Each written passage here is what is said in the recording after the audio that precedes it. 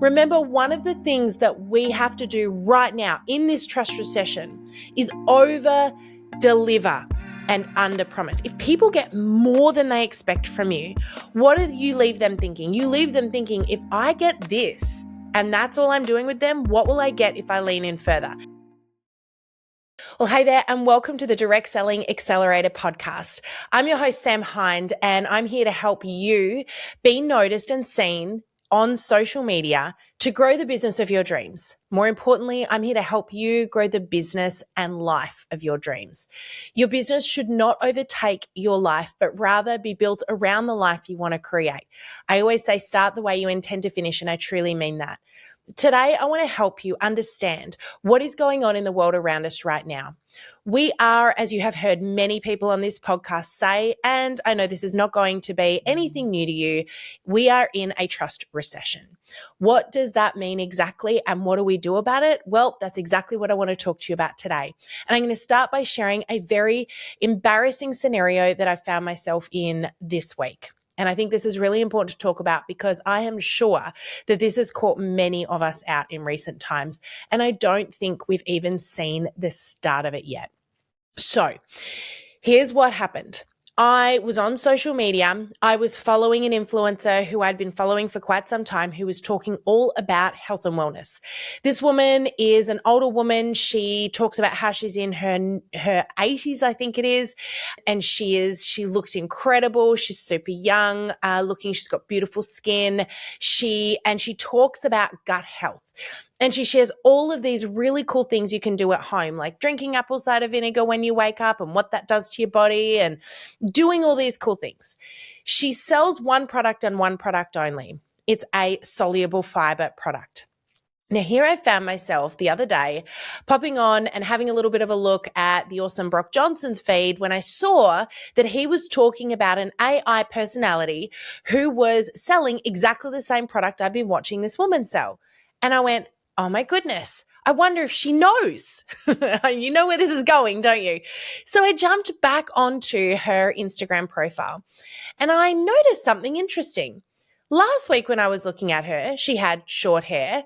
And suddenly today, she had a big long braid that went all the way down to her waist, and her face had suddenly got even younger looking overnight. I took a closer look and realized something that I was embarrassed to admit. I had been watching and trusting and listening to somebody that I thought was an expert in their space, in the medical field, teaching health and wellness, who was in fact a completely fake AI bot. Now, when I did a little bit of digging, I discovered she was one of many AI influencers. Now, I did what I know a lot of you would have done, and I went into the comments to see if anyone else had picked this. Not one person had commented on her being an AI influencer. And this is the new version of deep fake that we're dealing with right now. Today, I want to talk about something that is a very real problem, and that is the fact that people are leaning out of social media now because they don't know what's real, they don't know what to trust, and people are more skeptical than they've ever been before. So what do we do if we want to grow our businesses online in a space like this where people are asking the question, who and what can I trust anymore? Today, I want to uncover a couple of things that I think are very important to remember as you grow a business. It doesn't matter whether you're at the very beginning of that journey, whether you're highly experienced, or whether you've been doing this for many years. I also want to uncover a couple of brands that I believe are doing a terrible job and an incredible job at this and use them as an example for you. So let's dive on in because we've got a lot to cover today.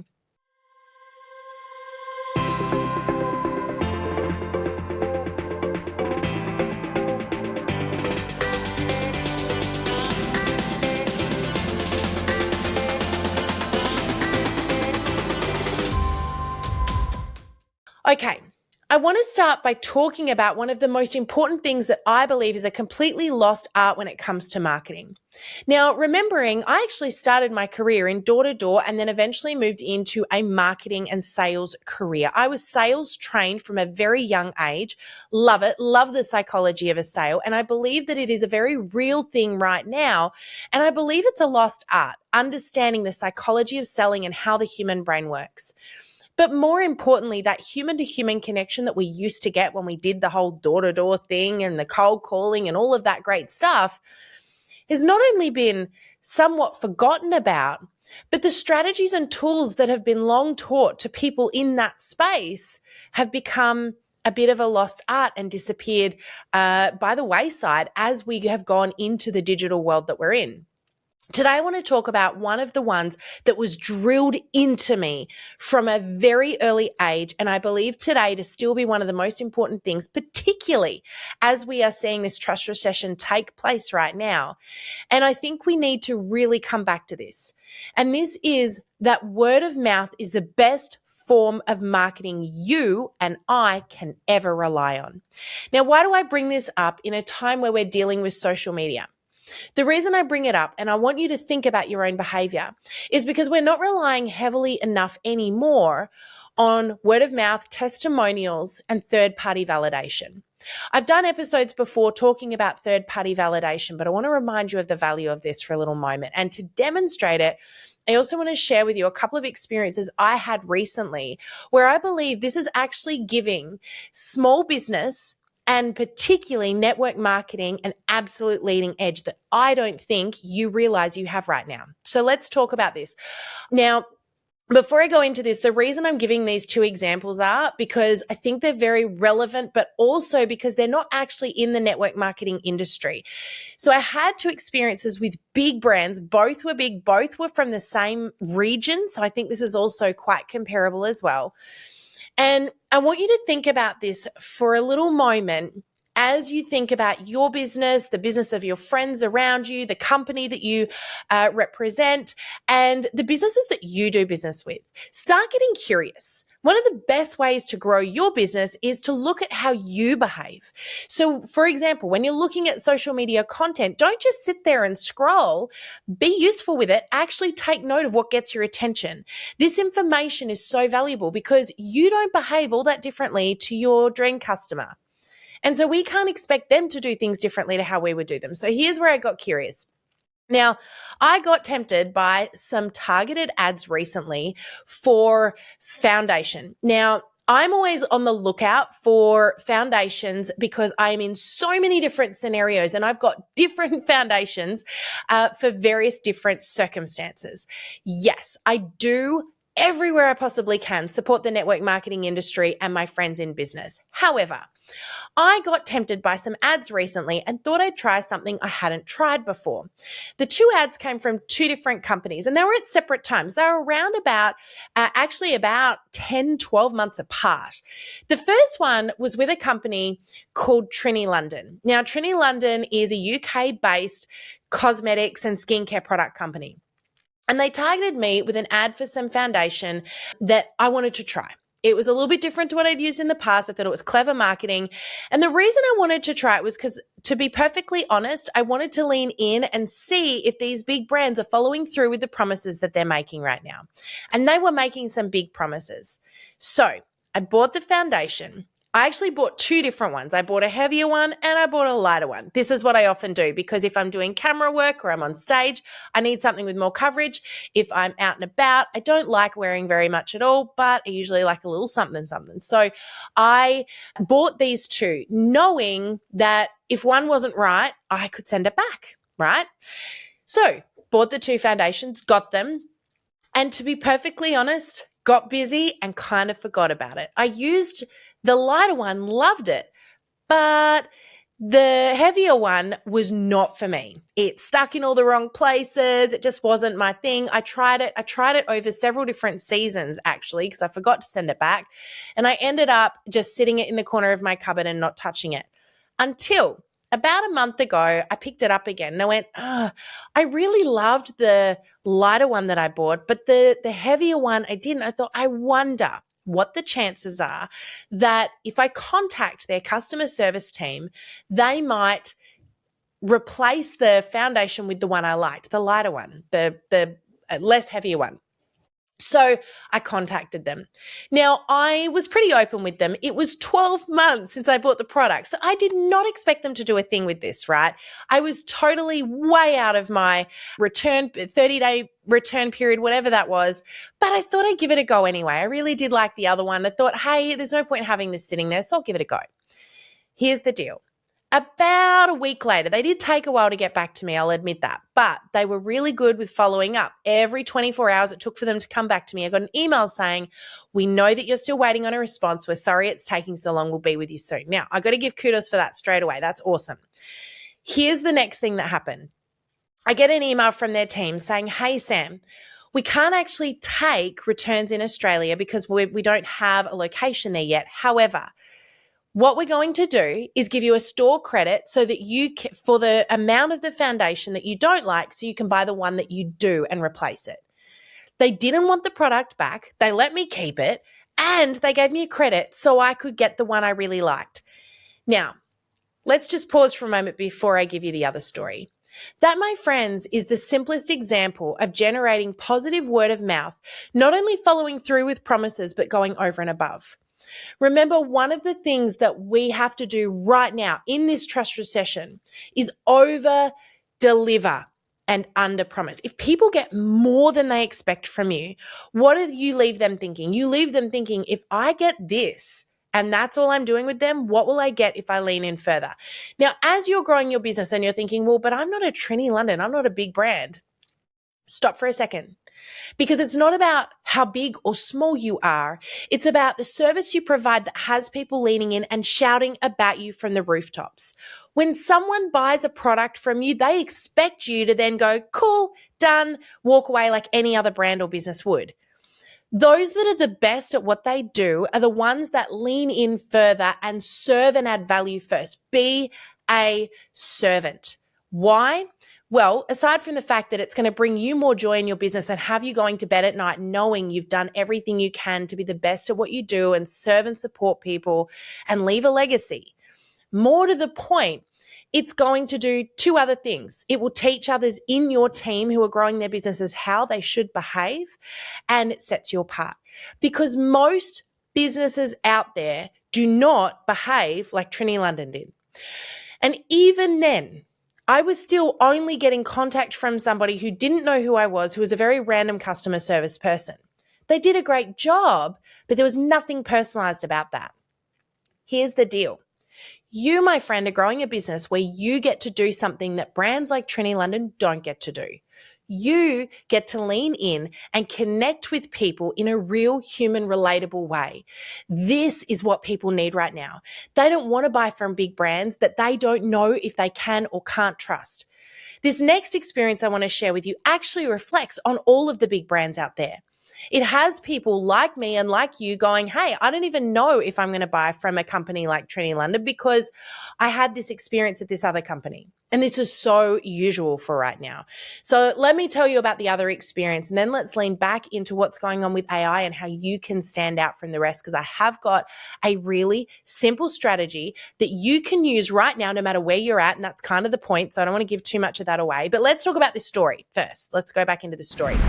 Before we jump back into the episode, I want to quickly share with you a tool that I created just for you. If you've been feeling a bit like social media feels super overwhelming, I don't know what to do next, and I'm just sick of overthinking it and throwing spaghetti at the wall and waiting to see what sticks. If that feels a little bit like you right now and you aren't getting the results that you want, that's exactly why I wrote my book, Show Up Anyway. Show Up Anyway is a really simple read. I wanted to make this fast and implementable. You'll be able to read it in 1 or 2 quick sittings, but most importantly, every chapter has an action step at the end of it and a process you can follow to get the results that you've been hoping for. So if that sounds a little bit like you can go to the show notes, you can grab a copy there, or of course you can jump onto Amazon and order your copy. It's available in Kindle, it's available as a paperback, and now also in Audible in certain regions. All right, let's get back into the episode. The second part to this story was with another big brand who also did some clever marketing. Now, this particular brand was one, and I'm going to point something out here again about the psychology of selling. It was one that leaned into repetition is key. So people don't buy from you or anyone or any brand the first time they see it, typically. Research tells us that people buy on the 8th to the 12th exposure. That's how we build trust, slowly but surely. Just think about those brands that you do business with, the people that you buy from. They're not people that you saw come across your feed once. You might have, and then you saw it again, and you saw it again, and then you saw someone recommend them or someone mention them. It's not 8 to 12 times that you got hounded by a product or a business. It's 8 to 12 times that you were exposed, which breaks down those barriers and it creates this recognition in our brains. Okay, so this is what we call subliminal persuasion. We've seen it demonstrated so many different ways by so many different brands, and you, my friend, can do it too. But this particular brand, Charlotte Tilbury, hit me up utilizing subliminal persuasion. I saw post after post after post. I then got targeted with a testimonial. I then got targeted with a demonstration. I then saw someone mention them. All of this was very deliberate until one day I thought, hey, that foundation I bought from Trinity London didn't really tick the box. Yes, I've got one I've been using for many years, but I'm always on the lookout for one that does a better job. My skin's changing. I know you're all going to hit me up now and try and sell to me. I get it. But just stick with the story for a second. So I decided, because I wanted to give them a little go, I wanted to see if they followed through. Again, always with in mind, what can I learn from this? I decided to give them a go. Now, here's the deal. Charlotte Tilbury, and I'm totally going to call this out now, told them I was going to do it, and I'll tell you the story. You'll get it. You'll be gobsmacked at what happened. They had a little pop-up came up on their website that said, so they had an AI tool, and I know a lot of your companies have this, so I want to remind you to lean in because you've got incredible technology at your fingertips, my friends. But they had a guarantee on their website for their AI tool that color matches for you. So you know the drill. You do the whole take a photograph and it tells you what color you need to go with. And then it said, we have a guarantee, a color match guarantee, that if our AI tool, our color match app or whatever it was, gets it wrong, we will replace or refund the product. I was like, well, I can't go wrong, can I? So I bought 2 different ones. Why not? I can replace or refund if it's not right. And I was actually kind of excited to try this foundation. So I bought 2 different ones. I bought a stick one and a liquid one. One was lighter, one was heavier. It did pretty much the same thing I did over a year ago with Trinity London. Get the product. The foundation, the heavier one, way off. Like, I mean, way off. So far off, I was like, I can't even fake my way through using this. So within 2 days of getting it, I didn't make the same mistake I made the year before because I didn't think many brands would go as far as what Trinity London did. So I didn't want to risk it. I contacted the Charlotte Tilbury team. I went through the process, actually. There was no contact made at first. You had to follow through with the refund process, which was simple on their website. And I thought, I'll just send it back and get the right color. Like, I don't even care really if they refund me or not. I'll just exchange. So went through their website, went to process the sending of it back. As I click the last button, it says, that'll be $25, thanks. And I went, hang on a second, what? They wanted to charge me $25 to mail the product back in order to get a return of the correct color. When I contacted them and said, hey guys, there must be a mistake because you have got a guarantee on your website that says, of course, that we guarantee our AI tool. And if we get the color wrong, we will exchange it. Here's the clincher. If you are not clever enough to read all the fine print, and there wasn't really any fine print, what wasn't there versus what was. And what wasn't there was the word free. They never said that you will get it for free. They just said, we guarantee our tool and we will refund or exchange. They never said that they would do that at no cost. So I then emailed them again. I got pretty cranky because I'm one of those people who's like, there's a rule, right? There is a right and a wrong. And if you do this to me, you're doing it to a bunch of other people, and that is false marketing. And I got particularly frustrated because I believe I represent the little person. I believe I represent the little businesses and brands that have got incredible products and want to share them with the world, but they are literally getting squashed by big companies like this who are doing the wrong thing with false marketing. And that's exactly what I believe this was. It was unfair. It was misleading. Anyway, I'm going to get off my high horse for a second. So I got this message come through saying, nope, sorry, absolutely nothing we can do about it. You'll need to pay the $25 in order to refund or exchange. So here's the deal. I sent an email back, strongly worded, telling them that this was false marketing and this needed to be up-leveled. Now, so Big Tough Sam's coming out now. She's getting cranky.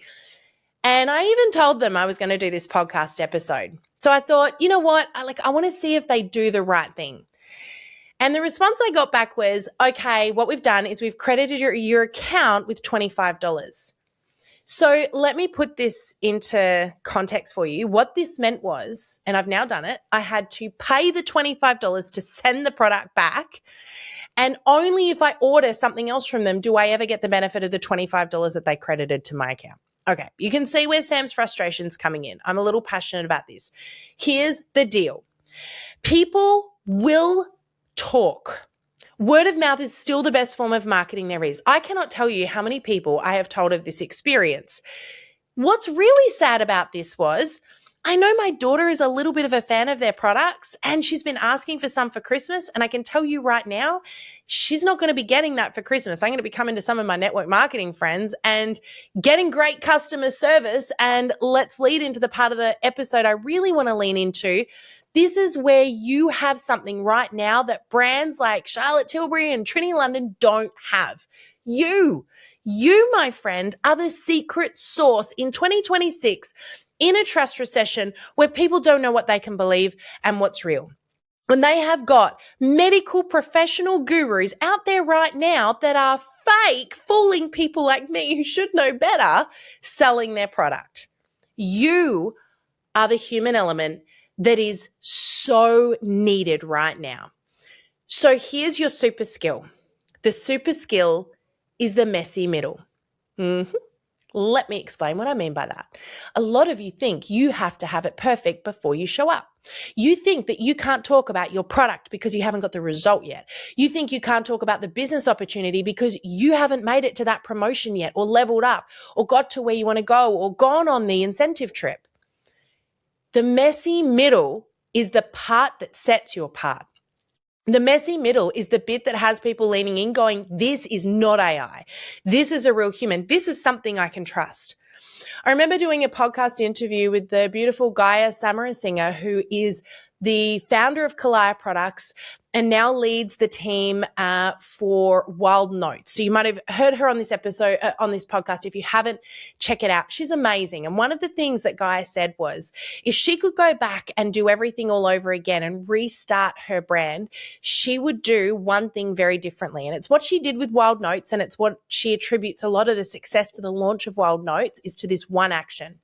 She shared the journey. She said that with Kalaya products, when she launched them, she waited till she had it all ready, and then she started talking about it.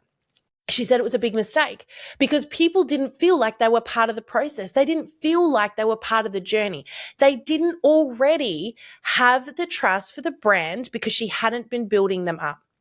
Remember what I said before, 8 to 12 exposures. Those 8 to 12 exposures can happen at any point. When you show up and you share part of your journey, when you talk about a little piece of the story, you don't need to be selling to people. People are still recognizing and remembering what it is that you do, what you use, what you talk about. You are chipping away at that, what I think has become now a very hard trust nut. It's where people are like enclosed in this hard shell and they're like, it's getting harder and harder to get through that shell to get to people because we've learned not to trust anymore. So the more messy middle you share, the more of your journey you share, the more you're going to stand out. The more people will remember you, but more importantly, the more people will talk about you and want to do business with you. People don't buy products and they don't buy businesses. They buy human beings. The one thing that hasn't changed over all of these years is the way that people buy. It's just harder to get their attention now. So I want you to understand this one thing. You have got something that the big brands out there do not have, the human element. You've also got something that those big brands don't have, and that is the ability to be real, raw, and relatable, because what the big brands are doing is what they're expected to do, which is the perfect marketing, the very expensive campaigns, the targeted stuff that they're doing.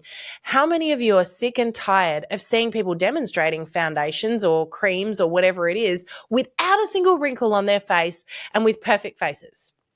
We don't want to see it, because I want to see someone who's like me. And I love the quote from C.S. Lewis, who said that friendship is established in that moment when someone utters the words, "Wait, what? You too? I thought I was the only one." So, messy middle. If you're sitting there thinking, how do I share on social media when I haven't got the results yet, or I'm not in the business position I want to be? That's the exact moment you share. Because anybody who's thinking of doing business with you or considering joining you or even looking at your products is asking one question. They're not asking what result will I get, because they know what the promise is. They're not even asking where they're going to start, because they know where they're at. What they're asking is, what will the journey be like for me? If I try it, what will it look like? What will that experience be like? So don't withhold the journey. Share it. The best part about it is it's easy content. It's quick. It can be super fun. It's real relatable. And the one thing that it is the one thing that makes it your superpower right now. It is human. You get a chance to do something that the bigger brands can't do very well right now. And that is just be human. Be yourself. You, my friend, are the secret sauce that's missing. And you're the part that if you can show up and share that just messy middle right now, will absolutely stand out from the crowd. But also keep in mind, how you look after people when you get them as a customer or get them as a team, how you look after people will determine how many people they tell about you. People trust third-party validation over and above anything else. And so if you want people shouting about you from the rooftops, serve first, sell later. Just be of service to people. Be human, share your journey, and take care of the people that do come to you, whether it's 1, 10, or 100. Take care of the one, and then you can take care of the many. So remember, like with any podcast episode, I want you to go away and do something with this. So I'm going to give you a little challenge today. I want you to go and share a little piece of your journey from this week, from today, maybe even something that's a takeaway from this very podcast episode. Take your phone out, hit record, and talk to the camera. Share something with people. If you don't want to use your face, point it at your feet, walk up the hallway, do a little B-roll, and put a bit of text on the screen. But do something right now with this and share a little piece of your journey, whether it's how you use the product, an experience you had, and please, no matter what, do not feel like you can only share the positives. People want to know about the challenges along the way, because being in business and going through personal growth is a roller coaster. It's not a straight uphill climb. So share the little bits in the middle. Share the messy middle. That's it from me. I hope you've enjoyed this podcast episode. Go and create something. Can't wait to hear what you create. Make sure as well, if you haven't joined our Facebook community before, Social Media for Direct Sellers with Greg and Sam, we'd love to see what you create off the back of this episode. Go in there and share it with us, and I'd love to check it out. But that's it from me today. We can't wait to see you on the podcast again next week. Bye for now. Thank you so much for listening. If this episode gave you more clarity, courage, or strategy to show up online, please make sure that you subscribe and follow so you don't miss out on any upcoming episodes. And of course, share this message with someone else that might need to hear it. But that's it for us from now. We'll see you next week.